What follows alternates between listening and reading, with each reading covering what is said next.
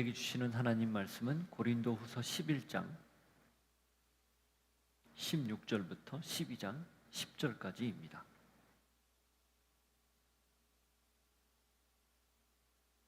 같이 읽겠습니다. 내가 다시 말하노니 누구든지 나를 어리석인 자로 여기지 말라. 만일 그러하더라도 내가 조금 자랑할 수 있도록 어리석은 자로 받으라. 내가 말하는 것은 주를 따라 하는 말이 아니오 오직 어리석은 자같이 기탄 없이 자랑하노라. 여러 사람이 육신을 따라 자랑하니 나도 자랑하겠노라. 너희는 지혜로운 자로서 어리석은 자들을 기쁘게 용납하는구나. 누가 너희를 종으로 삼거나 잡아먹거나 빼앗거나 스스로 높이거나 뺨을 칠지라도 너희가 용납하는도다. 나는 우리가 약한 것 같이 욕되게 말하노라. 그러나 누가 무슨 일에 담대하면 어리석은 말이냐마 나도 담대하리라. 그들이 히브리인이냐 나도 그러하며 그들이 이스라엘인이냐 나도 그러하며 그들이 아브라함의 후손이냐 나도 그러하며 그들이 그리스도의 일꾼이냐 정신없는 말을 하거니와 나는 더욱 그러하도다. 내가 수고를 넘치도록 하고 옥에 갇히기도 더 많이 하고 매도 수없이 맞고 여러 번 죽을 뻔하였으니 유대인들에게 40에서 하나 감한매를 5번 맞았으며 3번 태장으로 맞고 1번 돌로 맞고 3번 파선하고 일주야를 깊은 바다에서 지냈으며 여러 번 여행하면서 강의 위험과 강도의 위험과 동족의 위험과 이방인의 위험과 시내의 위험과 광야의 위험과 바다의 위험과 거짓 형제 중의 위험을 당하고 또 수고하며 애쓰고 여러 번 자지 못하고 줄이며 목마르고 여러 번 굶고 춥고 헐벗었노라. 이 외의 일은 고사하고 아직도 날마다 내 속에 눌리는 일이 있으니 곧 모든 교회를 위하여 염려하는 것이라. 누가 약하면 내가 약하지 아니하며 누가 실족하게 되면 내가 애타지 아니하더냐. 내가 부득불 자랑할진대 내가 약한 것을 자랑하리라. 주 예수의 아버지 영원히 찬송할 하나님이 내가 거짓말 아니하는 것을 아시느니라. 다메섹에서 아레다 왕의 고관이 나를 잡으려고 다메섹 성을 지켰으나 나는 광주리를 타고 들창문으로 성벽을 내려가 그 손에서 벗어났노라. 무익하나마 내가 부득불 자랑하노니 주의 환상과 계시를 말하리라. 내가 그리스도 안에 있는 한 사람을 아노니 그는 14년 전에 셋째 하늘에 이끌려 간자라. 그가 몸 안에 있었는지 몸 밖에 있었는지 나는 모르거니와 하나님은 아시느니라. 내가 이런 사람을 아노니 그가 몸 안에 있었는지 몸 밖에 있었는지 나는 모르거니와 하나님은 아시느니라. 그가 낙원으로 이끌려가서 말로 표현할 수 없는 말을 들었으니 사람이 가히 이르지 못할 말이로다. 내가 이런 사람을 위하여 자랑하겠으나 나를 위하여는 약한 것들 외에 자랑하지 아니하리라. 내가 만일 자랑하고자 하여도 어리석은 자가 되지 아니할 것은 내가 참말을 함이라. 그러나 누가 나를 보는 바와 내게 듣는 바에 지나치게 생각할까 두려워하여 그만두노라. 여러 계시를 받은 것이 지극히 크므로 너무 자만하지 않게 하시려고 내 육체에 가시 곧 사탄의 사자를 주셨으니 이는 나를 쳐서 너무 자만하지 않게 하려 하심이라. 이것이 내게서 떠나가게 하기 위하여 내가 3번 주께 간구하였더니 나에게 이르시기를 내 은혜가 내게 족하도다. 이는 내 능력이 약한 데서 온전하여짐이라 하신지라. 그러므로 도리어 크게 기뻐함으로 나의 여러 연약한 것들에 대하여 자랑하리니 이는 그리스도의 능력이 내게 머물게 하려 함이라. 그러므로 내가 그리스도를 위하여 약한 것들과 능욕과 궁핍과 박해와 곤고를 기뻐하노니 이는 내가 약한 그때에 강함이라. 하나님 아버지, 바울이 오늘 자기 자신을 가감없이 있는 그대로 드러냅니다. 자랑이라는 말을 썼지만 잘 보면 자기를 자랑하는 것이 아니고 그 안에 역사하신 하나님을 자랑하는 것임을 압니다. 오늘 이 말씀을 통해서 바울이 왜 이렇게 자랑할 수밖에 없었는지, 우리는 무엇을 자랑해야 되는지 다시 한번 확인하는 귀한 시간이 되게 하옵소서. 예수 이름으로 기도하옵나이다. 아멘.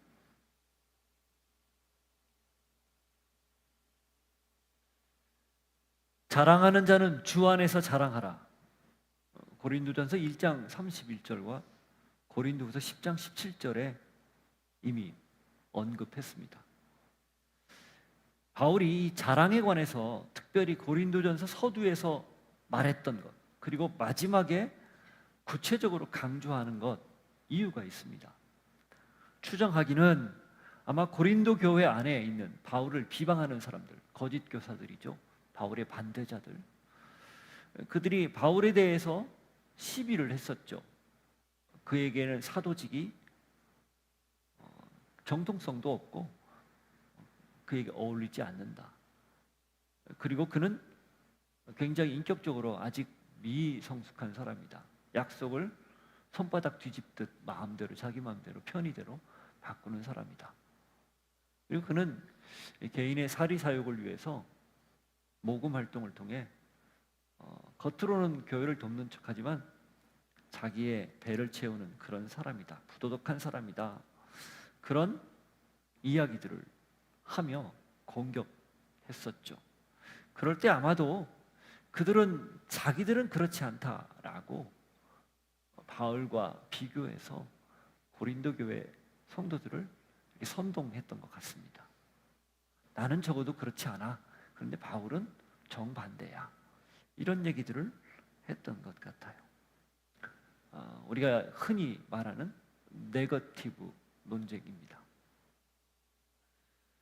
보통은 어떤 문제가 발생하거나 어떤 사안이 주어지면 그걸 객관적이고 그리고 어떤 타당한 근거들을 제시하며 그 문제의 핵심이 뭔지 진단을 하고, 진단을 했기 때문에 거기에 대한 방법들을 찾고, 방법을 찾았기 때문에 그걸 추진할 수 있는 로드맵을 제시를 하죠. 이렇게 했으면 좋겠다. 그게 일반적인 사람들 혹은 그 영향력 있는 사람들이 해야 할 일이에요. 리더들이 해야 할, 지도자들이 해야 할 일이죠. 그러나 그것보다 더 쉬운 게 있어요. 네거티브 논쟁입니다. 상대방의 약점을 딱 잡아서 그걸 주도적으로 공격하면 반대로 나는 더 부각되거든요. 굉장히 쉬운 길이고 편한 길이에요. 그러나 진흙탕 싸움이죠. 말 그대로 이전 투구입니다. 결국 그렇게 네거티브 논쟁에 만일에 휘말리면 사실 다 피해자가 되는 것이죠. 그래서 상대가 가진 약점, 그걸 드러내서 자신의 강함을 부각시키고 그걸 통해서 마치 내가 상대보다 우위에 있다라고 생각하는 것, 이게 많은 사람들이 쉽게 선택하는 길입니다. 바울 역시 그걸 모르지 않았기 때문에 그런 사람들의 논쟁, 여기에 어떻게 대처할까 굉장히 고민을 많이 했던 것으로 보입니다. 그리고 그걸 가만히 내버려 두면 더는 이 문제를 해결할 수 있는 방법이 없기 때문에 부득이하게 자기 자랑을 통해서, 그러나 엄밀히 따지면 그 안에서 역사하신 하나님이 어떤 일을 하셨는지를 스며들듯 이야기하면서 이 문제를 해결하려고 하는 거죠. 자랑 누구나 하고 싶어 합니다. 요즘은 자랑이 경쟁력 아닙니까? 경쟁력은 돈이에요. 그렇죠? 그래서 경쟁적으로 너나 없이 자랑을 합니다. 노출 빈도를 높여요. 많이 나오게 하는 거죠. 그러면 사람들이 좋아요를 많이 누르든 그 사람이 유명해집니다. 그 요즘 말로 그걸 인플루언서라고 하죠. 영향력 있는 사람. 그래서 노출 빈도수가 많아지고 사람들이 많이 알아주면 그 사람의 우리가 흔히 말하는 몸값이 올라갑니다. 인지도를 높이는 거죠.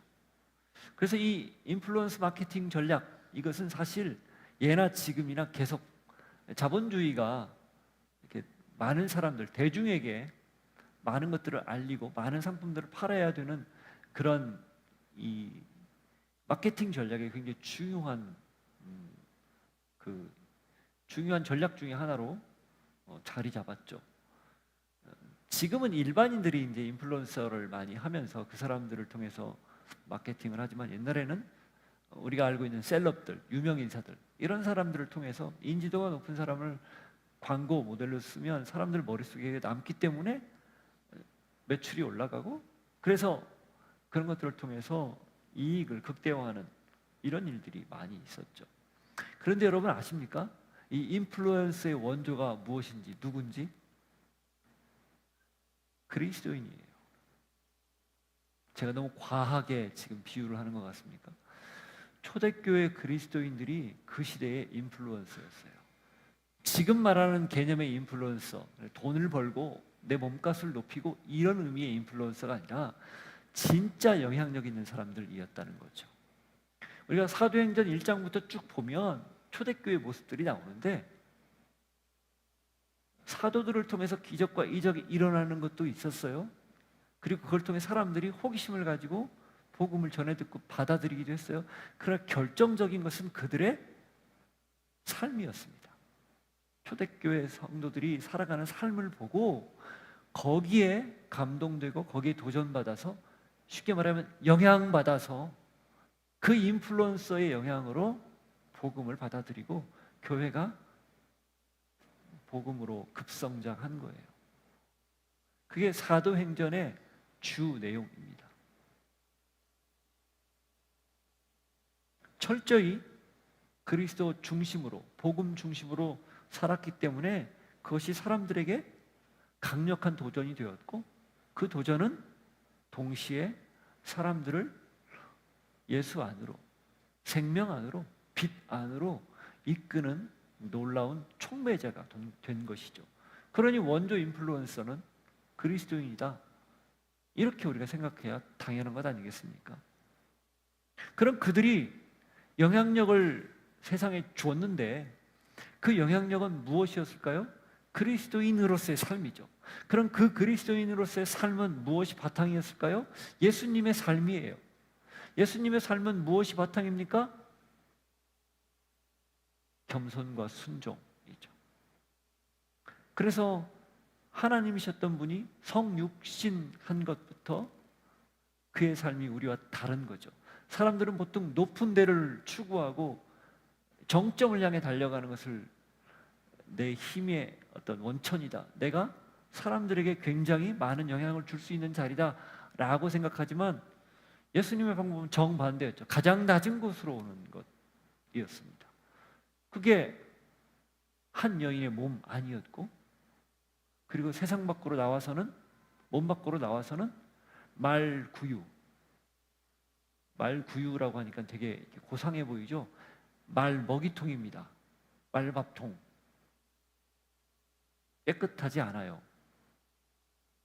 요즘 아이가 태어나면 그 녹색 포에다가 이렇게 싸잖아요. 그 멸균된 그런 깨끗한 포에다가 아이를 싸서 받거든요. 그런데 그 세균이 득실거리는 말밥통 위에 아이를 받았어요. 물론 뭐 천은 낫겠죠. 이게 무슨 의미일까요? 목숨을 걸고 생명을 걸고 오셨다, 그런 의미예요. 가장 낮은 곳으로 오셨다, 그런 뜻이죠. 그게 예수님이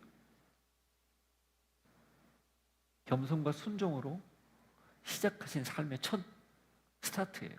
그리고 그대로 사시다가 육신의 아버지인 요셉과 어머니인 마리아에게 순종하며 사시다가 공생애가 되면서 독립해서 아버지 하나님의 뜻에 따라 살았어요. 3년을. 그리고 뜻에 따라 십자가를 졌죠.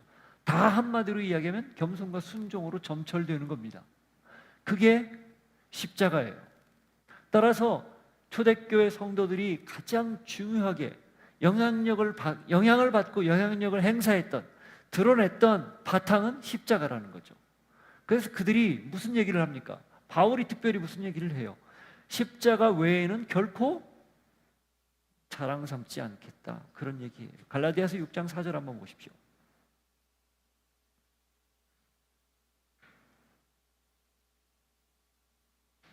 (14절)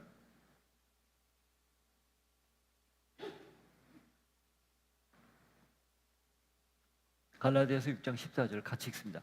그러나 내게는 우리 주 예수 그리스도의 십자가 외에 결코 자랑할 것이 없으니 그리스도로 말미암아 세상이 나를 대하여 십자가에 못 박히고 내가 또한 세상을 대하여 그러하니라. 세상에 내가 십자가에 나도 그리스도와 함께 못 박혔기 때문에 더는 내가 아니라는 거죠. 나는 죽었다는 거죠. 그러니 자랑할 거리가 세상에는 하나도 없다는 겁니다.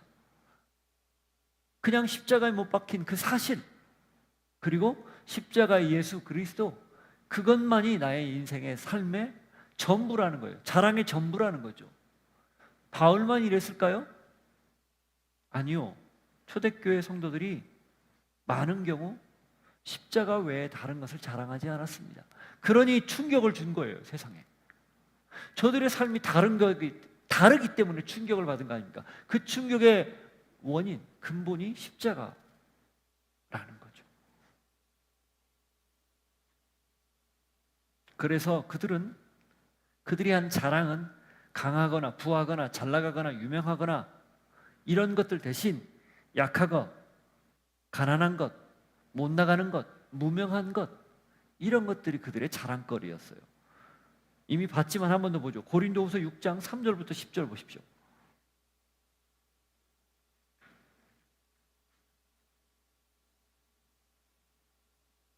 고린도후서 6장 3절부터 우리가 이 직분이 비방을 받지 않게 하려고 무엇이든지 아무에게도 거리끼지 않게 하고 오직 모든 일에 하나님의 일꾼으로 자천하여 많이 견디는 것과 환난과 궁핍과 고난과 매맞음과 갇힘과 난동과 수고로움과 자지 못함과 먹지 못함 가운데에서도 깨끗함과 지식과 오래 참음과 자비함과 성령의 감화와 거짓이 없는 사랑과 진리의 말씀과 하나님의 능력으로 의의 무기를 좌우에 가지고 영광과 욕됨으로 그러했으며 약한 이름과 아름다운 이름으로 그러했느니라. 우리는 속이는 자 같으나 참되고 무명한 자 같으나 유명한 자요 죽은 자 같으나 보라 우리가 살아있고 징계를 받은 자 같으나 죽임을 당하지 아니하고 근심하는 자 같으나 항상 기뻐하고 가난한 자 같으나 많은 사람을 부유하게 하고 아무것도 없는 자 같으나 모든 것을 가진 자로다.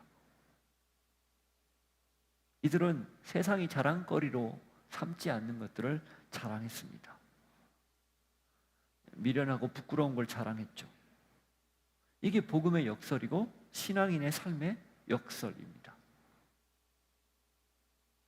하나님은 이 역설을 통해서 강하고 부하고 높고 유명한 이 모든 것들을 부끄럽게 하고 대신 약하고 가난하고 낮고 무명한 것들을 드러내는 겁니다.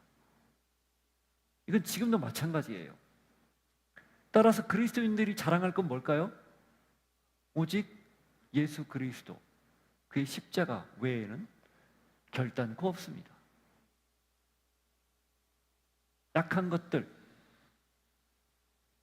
십자가만큼 약한 게 없잖아요. 그것 외에는 없다는 거예요. 오늘 우리는 이 긴 말씀을 통해서 4가지 정도 바울이 이야기하는 중요한 핵심 자랑거리들을 한번 생각해 보려고 합니다. 과연 바울이 자랑했던 건 무엇이고 또 우리가 자랑해야 할 것은 무엇일지를 한번 도전받기를 바랍니다.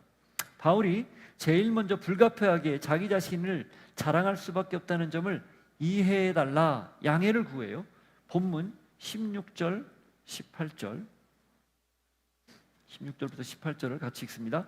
내가 다시 말하노니 누구든지 나를 어리석인 자로 여기지 말라. 만일 그러하더라도 내가 조금 자랑할 수 있도록 어리석은 자로 받으라. 내가 말하는 것은 주를 따라 하는 말이 아니요 오직 어리석은 자와 같이 기탄 없이 자랑하노라. 여러 사람이 육신을 따라 자랑하니 나도 자랑하겠노라. 사람들이 여러 자랑들을 일삼으니 이 거짓 교사들 얘기하는 거예요. 나도 좀 자랑 좀 하겠다. 그러니 그것 좀 제발 한번 용납해달라. 이건 주님이 가르쳐 주신 주님의 말씀이 아니고 내 개인적인 사견이다, 소견이다. 그러니 말 좀 한번 들어달라. 이렇게 말을 하는 거죠.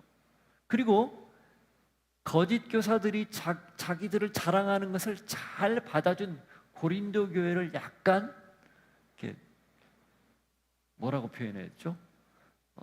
이렇게 지적하는 거죠. 빗대어서 이야기합니다. 그들은 잘 받아줬지? 그럼 나도 한번 잘 받아줘. 이렇게 말을 하는 거예요. 9절,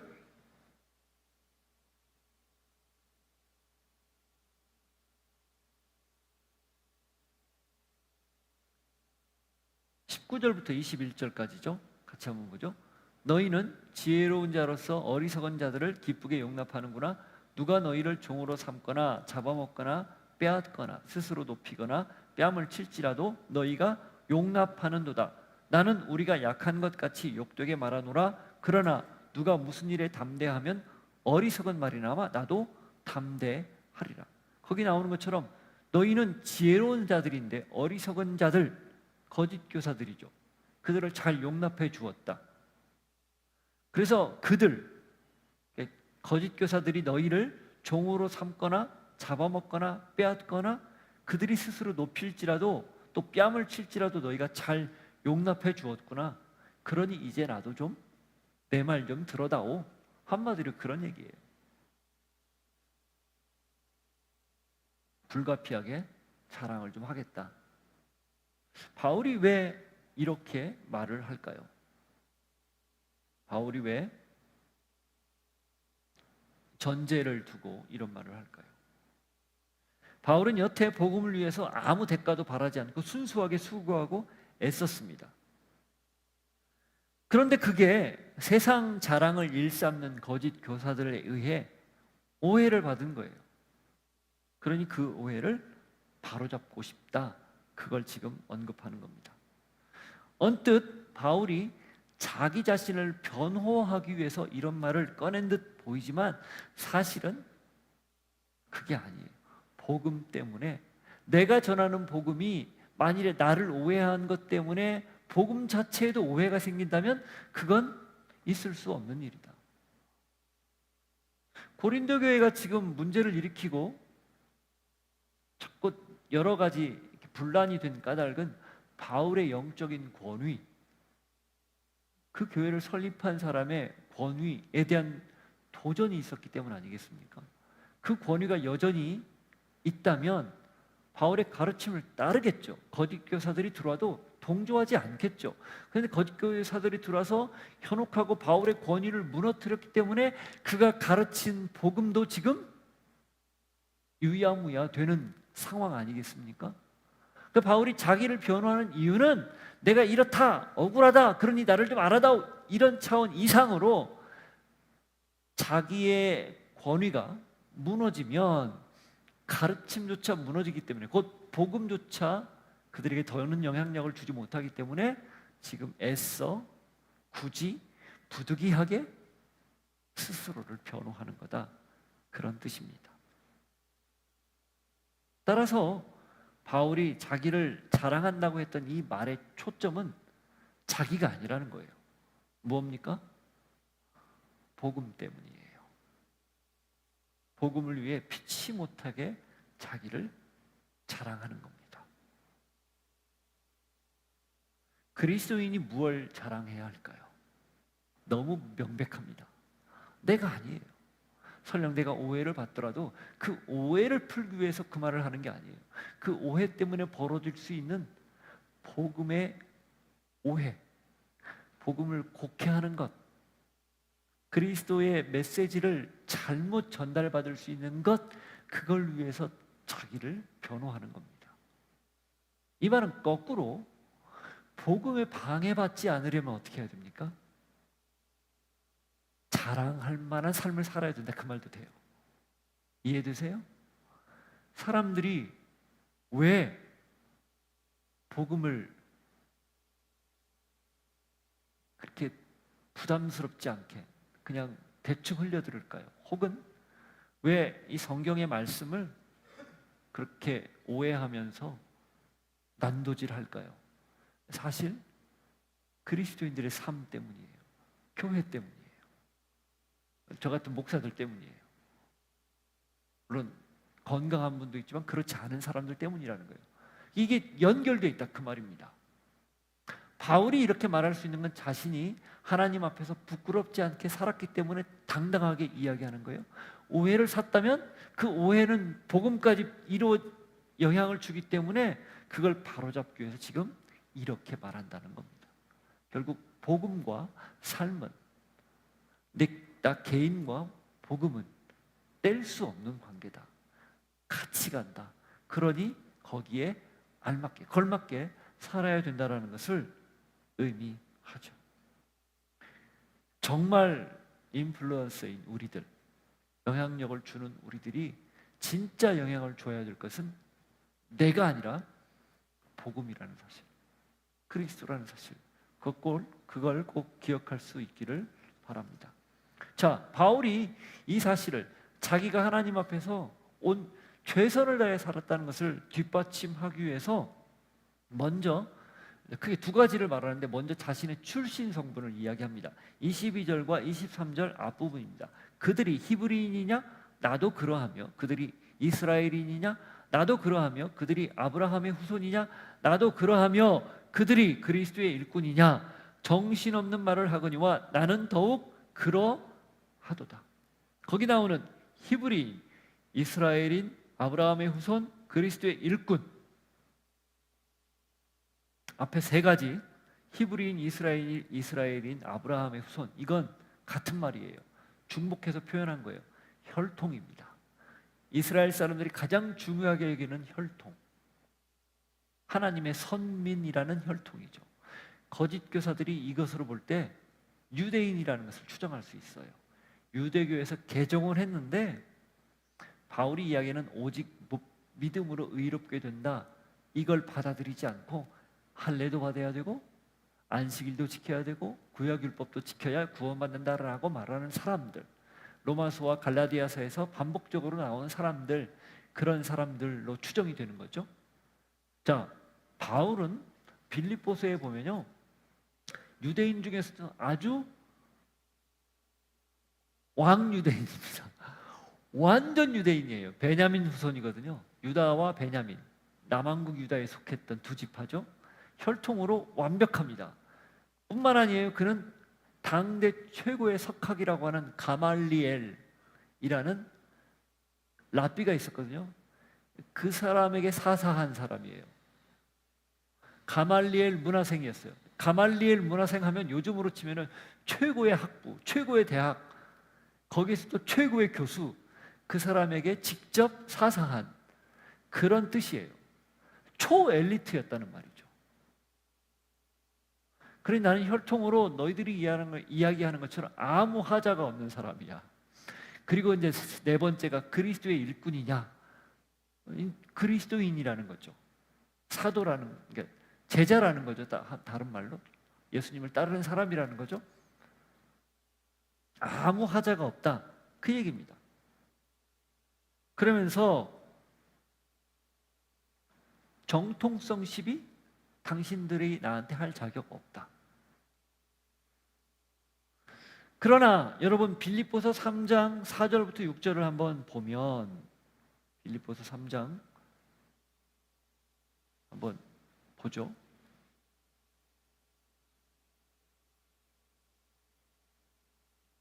빌립보서 3장 4절부터 6절.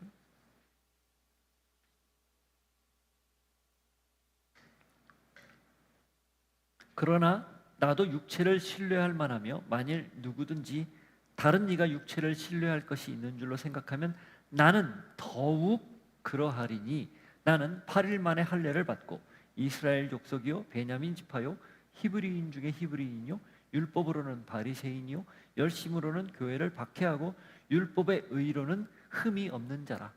이게 바울의 출신이에요. 바울이 그동안 살았던 모습이에요. 그런데 그 다음이 더 중요하죠. 7절. 그러나 무엇이든지 내게 유익하던 것을 내가 그리스도를 위하여 다 해로 여길 뿐더러 또한 모든 것을 해로 여김은 내 주 그리스도 예수를 아는 지식이 가장 고상하기 때문이라. 내가 그를 위하여 모든 것을 잃어버리고 배설물로 여김은 그리스도를 얻고 그 안에서 발견되려 함이니, 내가 가진 의는 율법에서 난 것이 아니요 오직 그리스도를 믿음으로 말미암은 것이니 곧 믿음으로 하나님께로부터 난 의라. 자, 여기서 바울이 말하고자 하는 핵심이 뭐예요? 그 모든 것 다 버릴 수 있어요. 왜? 예수 그리스도를 아는 것, 그것이 가장 최고의 가치이기 때문에. 지금 바울이 이 고린도 후서에서도 그 이야기를 하는 거예요. 혈통 나도 내세울 수 있어. 그런데 내가 자랑하지 않았어. 이유는 뭐예요? 십자가, 그리스도 예수, 그거 외에 달리 자랑할 게 없기 때문이라는 거죠. 여러분, 진짜를 잡으면요, 가짜는 버리게 돼 있어요. 고속도로를 주행할 때 빠른 속도로 주행해 보십시오. 앞은 보이지만 지나가는 건 잘 안 보여요. 왜 그래요? 초점이 앞에 향해 있으니까. 같은 원리입니다. 위패감별사 아시죠? 그들은 진짜만 손에 만지작거립니다. 위패를 절대 안 만져요. 진짜만 계속 만지작거리다 보면 가짜를 딱 잡으면 감각적으로 아는 거예요. 이거 가짜구나. 근데 진짜 가짜를 계속 왔다 갔다 하잖아요. 구별 못합니다. 지금 바울이 딱 그걸 이야기하는 거예요. 진짜만 잡으면 된다. 나는 진짜만 자랑하겠다. 그리고 그가 겪은 고난을 이어서 쭉 이야기합니다. 23절 뒷부분부터 내가 수고를 넘치도록 하고 옥에 갇히기도 더 많이 하고 매도 수없이 맞고 여러 번 죽을 뻔하였으니 유대인들에게 40에서 하나 감한매를 5번 맞았으며 3번 퇴장으로 맞고 1번 돌로 맞고 3번 파선하고 일주야를 깊은 바다에서 지냈으며 여러 번 여행하면서 강의 위험과 강도의 위험과 동족의 위험과 이방인의 위험과 시내의 위험과 광야의 위험과 바다의 위험과 거짓 형제 중의 위험을 당하고 또 수고하며 애쓰고 여러 번 자지 못하고 줄이며 목마르고 여러 번 굶고 춥고 헐벗었노라.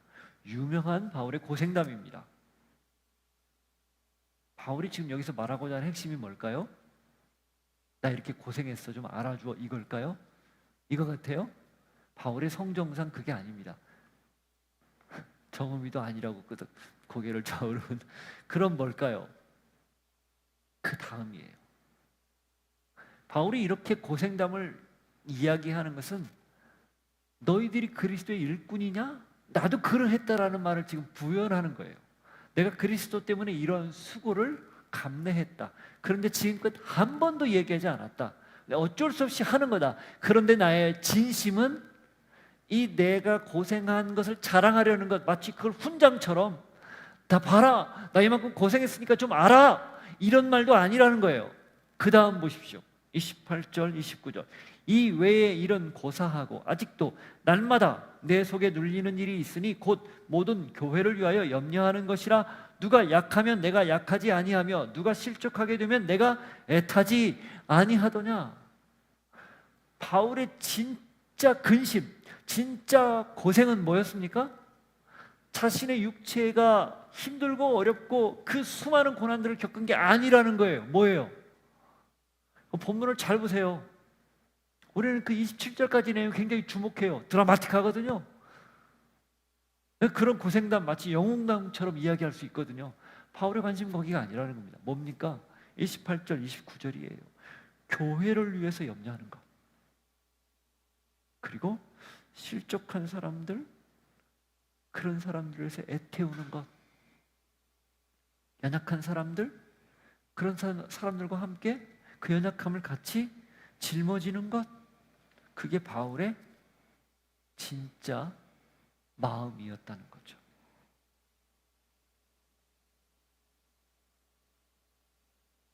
그의 관심사는 자기 고생이 아니었다는 거예요. 영웅담처럼 자기를 과장해서 표현하는 것도 아니라는 거죠. 뭐예요? 어디에 속해 있습니까? 교회. 그러니 고린도 교회를 위해서 이렇게 지금 애를 쓰는 거예요. 고린도 전후서를 통해서 우리가 지금 계속 도전받고 있잖아요. 몸된 교회가 건강하게 자라는 것, 이게 바울의 유일한 근심거리였고, 그게 그가 그리스도의 일꾼으로 지금 열심히 섬기는 목적이라는 겁니다. 이제 바울, 그가 하는 자랑, 무엇을 자랑하는지 분명하게 얘기하죠.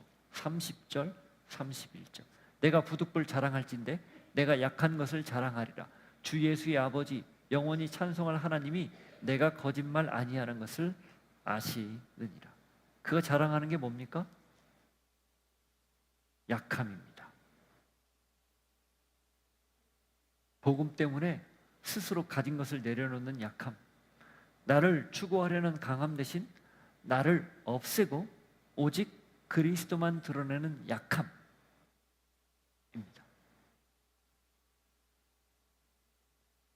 사람이 자기 걸 주장하고 자기를 드러내는 게 강함이에요. 그러나 그걸 포기하고 하나님을 드러내고 이웃을 사랑하는 것, 이게 약함입니다. 그런데 역설이 있어요. 그게 진짜 강함이에요. 초대교회 인플루언서들이 그렇게 산 거예요. 그러니 그걸 보고 감동을 받은 거죠. 변화를 보고. 하나님이 이 모든 걸 낱낱이 알고 있습니다. 속속들이 알고 있어요. 바울이 얼마나 약했는지를 예를 들어요. 32절, 33절. 다메섹에서 아레다 왕의 고관이 나를 잡으려고 다메섹 성을 지켰으나 나는 광주리를 타고 들창문으로 성벽을 내려가 그 손에서 벗어났노라. 다메섹으로 가던 바울이 예수님을 만나고 변화된 다음에 다메섹에 가서 머물다가 완전히 변화된 이후에 복음을 전했죠. 바로 전했죠. 즉시. 그러다가 유대인들에게 쫓겨납니다. 그때 상황을 이야기하는 거예요. 왜 하필 갑자기 이 얘기를 할까요? 그만큼 자기는 연약했다는 거예요. 도망칠 만큼 그런 존재였다는 거죠. 바울의 자랑, 그의 자랑은 교회였지 절대 자기가 아니었습니다. 교회를 위해 어떤 고난도 기꺼이 감수했지 자기 영광을 위해 고난을 감수한 게 아닙니다. 그러니 그의 관심사 오직 복음, 그리고 그 위에 굳건하게 세워지고 자라야 하는 교회, 그거 외에 없었다는 거지. 그게 바울의 자랑입니다. 거짓 교사들이 들어와서 바로 이런 교회, 주의 몸된 교회를 어지럽히고 무너뜨리려 하니 부득이하게 그간 겪었던 이야기를 할 수밖에 없었던 거예요. 여러분, 우리가 간증이라는 아주 좋은 하나님 주신 기회를 교묘히 나를 자랑하는 그런 수단으로 삼을 때가 간혹 있습니다. 굉장히 주의해야 돼요. 자, 그것은 이어지는 12장에 바울의 신비한 체험, 이걸 통해서 분명해집니다. 바울이 사도가 된 경위, 바울이 스스로를 사도라고 말하는 경위, 성경 어디에도 없어요. 예수님이 부른 흔적도 없죠. 물론 다메섹으로 갈 때 예수님이 만나준 적은 있어요. 근데 예수님이 12 제자처럼 나를 따라오너라, 내가 너희를 사람 낚는 어부로 만들리라, 베드로에게 말하고 또 다른 제자들을 그렇게 불러냈던 그런 흔적이 없고, 가장 결정적인 것, 예수님을 공생의 기간 동안에 따라갔던 흔적이 없어요. 그리고 심지어는 그는 박해자였습니다. 그렇죠? 스데반을 죽이는데 앞장섰던 사람 아닙니까? 그러니 그의 사도권 시비는 계속 따라다닐 수밖에 없었어요. 그리고 당시에 문헌들에 의하면 거짓 교사들 같은 유대에서 개종한 사람들이 굉장히 신비한 체험을 많이 강조했다고 그래요. 그래서 고린도 교회의 방언이나 예언, 병 고치는 은사, 이런 것들이 다 신비한, 하나님이 주신 은사로 일어나는 신비한 영역들 아닙니까? 이런 것들을 굉장히 강조했어요. 그래서 고린도 교회에 그런 문제가 많아서 바울이 그걸 딱 언급한 거예요. 그 말은 곧, 바울 너는 그런 신비한 체험도 없지, 예수님을 따라다닌 흔적도 없지, 그리고 과거의 너의 이력이 너를 다 드러내지 않니? 그러니 무슨 근거로 사도라고 이야기하니? 이런 말들을 들었을 거라는 거죠. 그래서 바울이 어쩔 수 없이 그동안 한 번도 하지 않았던 이야기를 합니다. 그게 바로 셋째 하늘에 올라갔던 신비한 체험이에요. 자, 1절 한번 보십시오. 무익하나마 내가 부득불 자랑하노니 주의 환상과 계시를 말하리라. 무익하지만 아무 유익이 없지만 내가 어쩔 수 없이 하나를 말하겠다. 그건 뭡니까? 주님의 환상과 계시라는 거예요. 자, 그러면서 그가 이걸 어떻게 표현하는가? 자기가 직접 표현하지 않고 누군가가 그렇게 했다는 걸 본 것처럼 3인칭으로 객관화해서 표현합니다. 왜 그럴까요? 나를 드러내지 않기 위해서예요. 2절 3절 보십시오. 내가 그리스도 안에 있는 한 사람을 아노니 그는 14년 전에 셋째 하늘에 이끌려간 자라. 그가 몸 안에 있었는지 몸 밖에 있었는지 나는 모르거니와 하나님은 아시느니라. 내가 이런 사람을 아노니 그가 몸 안에 있었는지 몸 밖에 있었는지 나는 모르거니와 하나님은 아시느니라. 그리고 4절 뭐라고 얘기합니까? 그가 낙원으로 이끌려가서 말로 표현할 수 없는 말을 들었으니 사람이 가히 이르지 못할 말이로다. 낙원으로 이끌려가서 들은 말, 그 말은 말로 표현할 수 없는 놀라운 말이다, 그 얘기예요. 사람이 감히 말할 수 없는 엄청난 말이다, 엄청난 일이다, 그런 뜻이죠. 이게 무슨 말일까요? 바울은 14년 전 아라비아 광야로 갔을 때라고 추정합니다. 다메섹에서 나와서 아라비아로 갔다가 고향으로 가거든요. 그때라고 추정해요. 그때 광야에서 신비한 체험을 한 거예요. 마치 요즘 우리가 요한계시록 보고 있는데 요한이 하늘이 열리고 장차 일어날 일을 눈으로 생생히 보고 그걸 기록했듯 바울도 낙원에 가서 하나님에게 가서 몸 밖에 있었는지 몸 안에 있었는지 헷갈릴 정도로 그렇게 가서 다 봤다는 거예요. 에스겔서에 보면 에스겔이 예언할 때 그발강가에서 바벨론에서 환상을 보죠. 그런데 어떤 그런 느낌을 받냐면 갑자기 하늘에서 자기 머리털을 잡고 쑥 뽑아 올리는 것 같은 그런 느낌을 갖고 그게 어디로 날아가요? 예루살렘으로 가요. 성전으로 가요. 그래서 성전에서 마치 그 드론이 성전을 이렇게 촬영하듯 다 쳐다봅니다. 그 에스겔의 환상 중에 나와요. 몸은 바벨론에 있는데 영은 실제로 예루살렘에 가서 그걸 본 거예요. 그리고 보면서 그 안에서 담무스라는 우상에게 절하는 제사장들을 본 거죠. 막 피가 끓어오르는 거예요. 에스겔이 제사장이잖아요.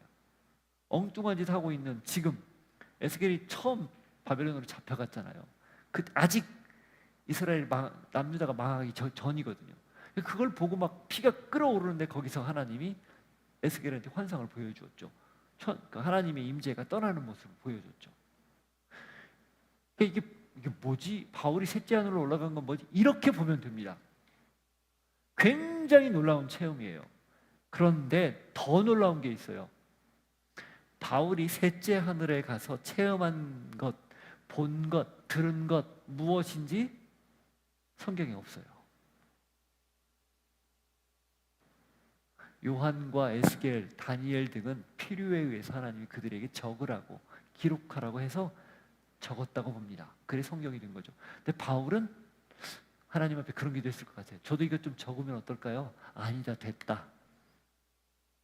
그러지 않았을까 싶어요. 그래서 셋째 하늘에 올라가서 경험했던 게 단 하나도 안 나옵니다. 딱 여기에만 나와요. 갔었다. 말로 표현할 수 없는 놀라운 말이었다. 이 정도만 말을 해요. 왜 그럴까요? 바울이 이것도 얘기 안 하려고 했던 것 같아요. 근데 어쩔 수 없이 꺼낸 겁니다. 하도 자기의 사도권의 문제를 삼으니 나도 이런 경험했거든? 그렇게 말하는 거죠.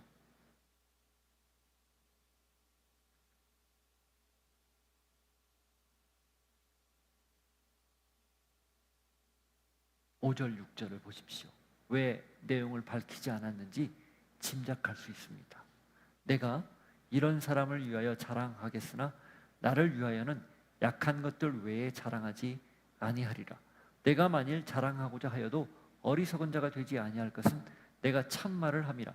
그러나 누가 나를 보는 바와 내게 듣는 바에 지나치게 생각할까 두려워하여 그만두노라. 마지막 내용이 핵심이에요.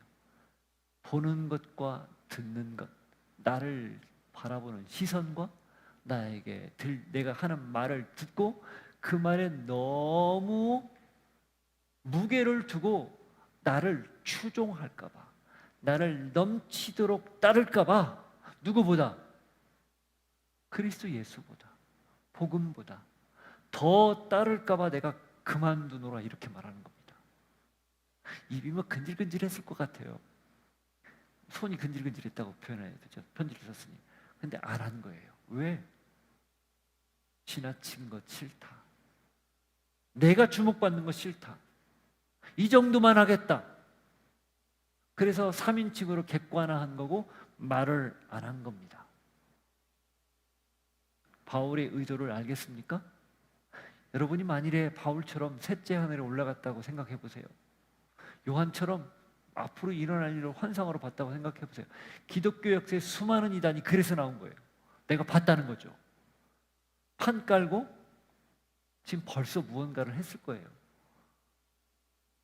그래서 뭐 죽었다 살아난 사람들의 간증 이야기, 하나님의 놀라운 무슨 계시를 받았다고 하는 사람들의 이야기, 일면 맞는 말이기도 하겠지만 굉장히 위험할 수 있다는 겁니다. 왜 굳이 그런데 귀를 기울입니까? 여기 다 주셨는데. 안 그래요? 뭐가 더 부족해서 다른 사람들 그래 당신은 그랬군요, 그냥 그러고 끝나면 돼요. 가봐 와봐 놀라워, 그럴 필요도 없어요. 가봐 와봐 그러면 와보라 성경으로, 가보라 성경으로, 그렇게 말하면 됩니다.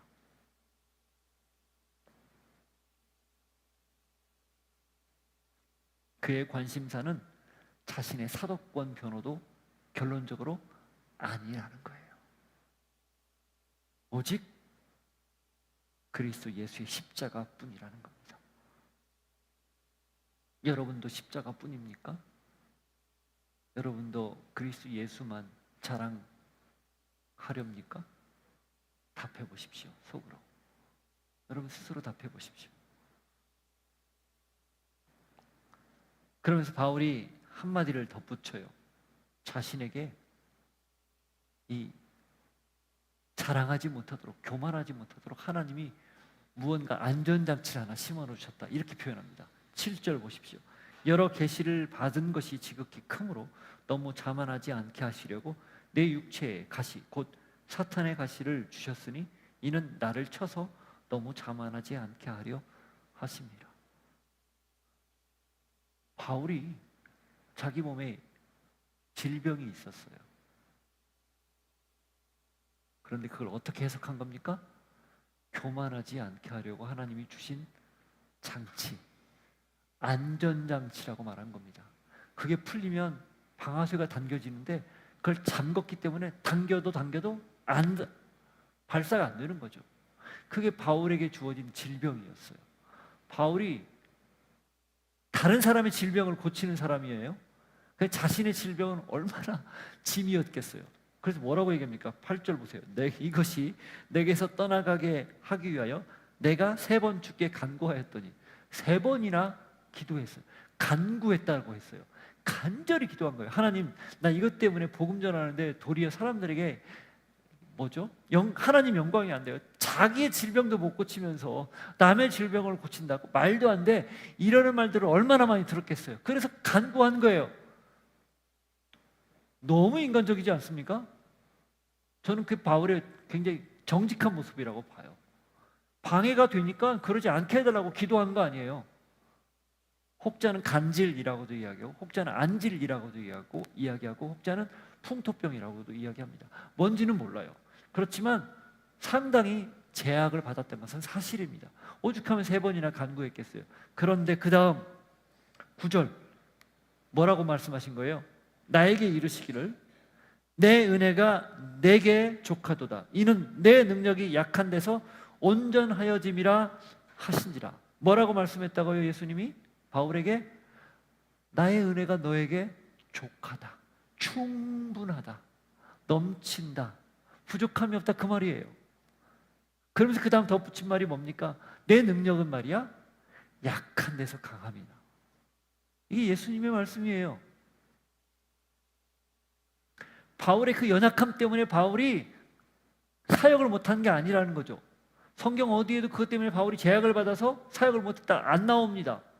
기록 안 했을 수도 있지만 안 나와요. 무슨 말입니까? 분명히 걸림돌이에요. 그런데 걸림돌이 디딤돌이 자꾸 되는 거예요. 하나님의 능력으로 그 약함이 자꾸 강함으로 드러나는 거죠. 여러분, 그래서 핑계할 수 없는 거예요. 우리의 약점, 난 약점 때문에, 내 상처 때문에 못해요? 아니에요. 하나님은 그것조차도 쓰시는 분 아니겠습니까? 그래서 바울이 9절 후반부 보십시오. 그러므로 도리어 크게 기뻐함으로 나의 여러 약한 것들에 대하여 자랑하리니 이는 그리스도의 능력이 내게 머물게 하려 함이라. 바울이 무엇을 자랑한다고요? 약한 것들. 그래서 바울이 셋째 하늘에 올라간 거 자랑 안 한 거예요. 그동안 그런 고생한 것도 자랑 안 한 거예요. 굳이 말 안 해도 그런 고생이나 혹은 셋째 하늘에 올라간 건 어떤 면에서 보면 강함 아닙니까? 자랑 안 한 거예요. 도리어 약한 것들을 드러낸 거죠. 자랑한 거죠. 왜? 그때 그리스도의 영광이, 능력이 온전히 머물기 때문입니다.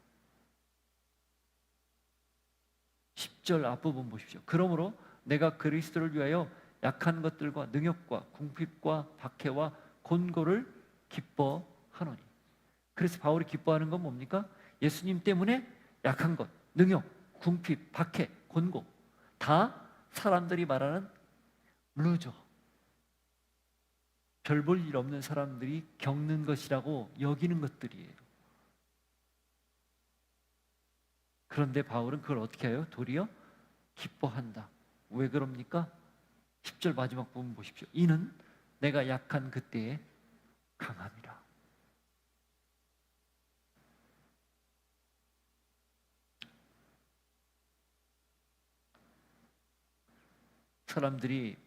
사람들에게 보잘것 없어 보이고 초라해 보이고 손가락질 받고 그건 패배한 거다라고 말하는 순간,